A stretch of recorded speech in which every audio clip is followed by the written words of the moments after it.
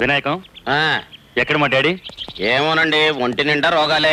ఏ treatment లో ఉన్నాడో ఏమో. డాడీ డాడీ అదిగో ఈ గుంపు నుంచి వినపడింది.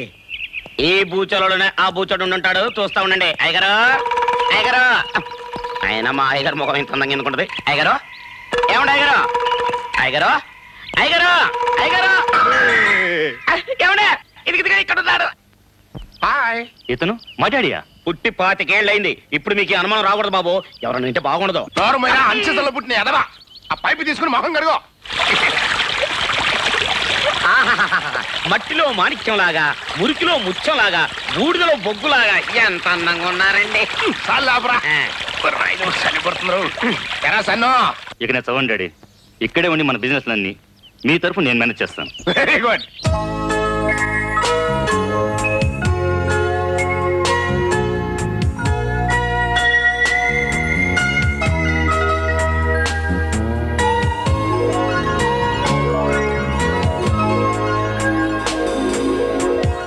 మీరా?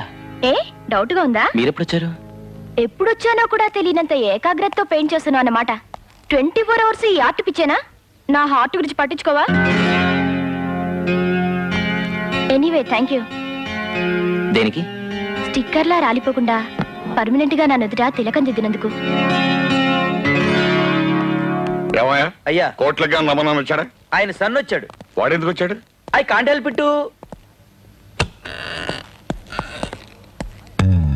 Hi uncle. గిరి, అక్కడ కూర్చున్నావేంటి?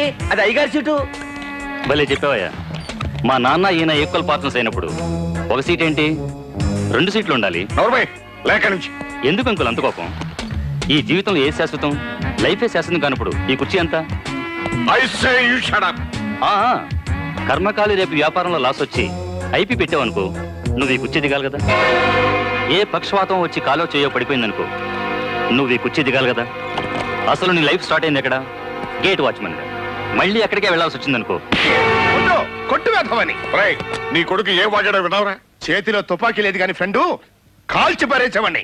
రై, ఆయన అంటే ఎవరనుకున్నావురా? ఆయన ఇంట్లో ఎంగిలి మెతుకులు ఏరుకుని తినాల్సిన మనల్ని ఆయన పక్కన కూర్చోబెట్టుకుని కంచంలో భోజనం పెట్టిన మహానుభావుడు రా. ఆయన పట్టుకుని నీ నోటికో చెడుకూస్తావా? కొడుకు అని చెప్పుకోవడానికి కూడా సిగ్గుగా ఉందిరా. సారీ ఫ్రెండు, నీ మూడు పాడైంది. సిక్కు ఫ్యాక్టరీ వేలం విషయం సాయంకాలం మాట్లాడుకుందాం. సిగ్గు లేకుండా అలా నిలబడతావే, రా.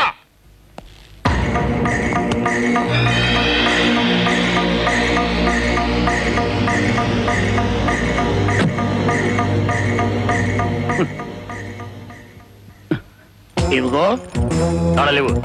ఇస్తా. నువ్వు మంచి ఫైరింగ్ మూడ్ లో ఉన్నావు కదా. ఈ ఆవేశంలో ఏ లారినన్నా గుద్దావనుకో, నాకు వారసుడు లేకుండా పోతాడు. వారసుడి మీద ప్రేమ ఉంటే అలా మాట్లాడు. పిచ్చిన కొడక, రాజకీయ నాయకుడికి వ్యాపారస్తుడికి 2 నాలికలు ఉండాలిరా. ఒకటి నిజం చెప్పడానికి, రెండోది అబద్ధం చెప్పడానికి. ఏంటి నువ్వనేది? ఎందాక అక్కడ కూల్ చేయడం కోసం అబద్ధం చెప్పాను. ఇప్పుడు నా మనసులో ఉన్న మాట చెబుతున్నాను, ఇను. రేపు సిక్కు ఫ్యాక్టరీ ఏలంపాటకి ఆడికి అచ్చొచ్చిన కారని 118 వేసుకుని నా ఫ్రెండ్ ఎగేసుకుని వస్తాడు కదా. ఆ కారుని నువ్వు లారీతో గుద్దించి ఆడి పేడాలు పోయినాయి అనుకో, ఫ్యాక్టరీ ఏమందవుద్ది. కాలో చెయ్యో ఇరిగిందనుకో, ఎందాక నువ్వు కూర్చున్న కుర్చీ నీ దవుద్ది. కూలయ్యావు కదా. ఇగో తేడాలి.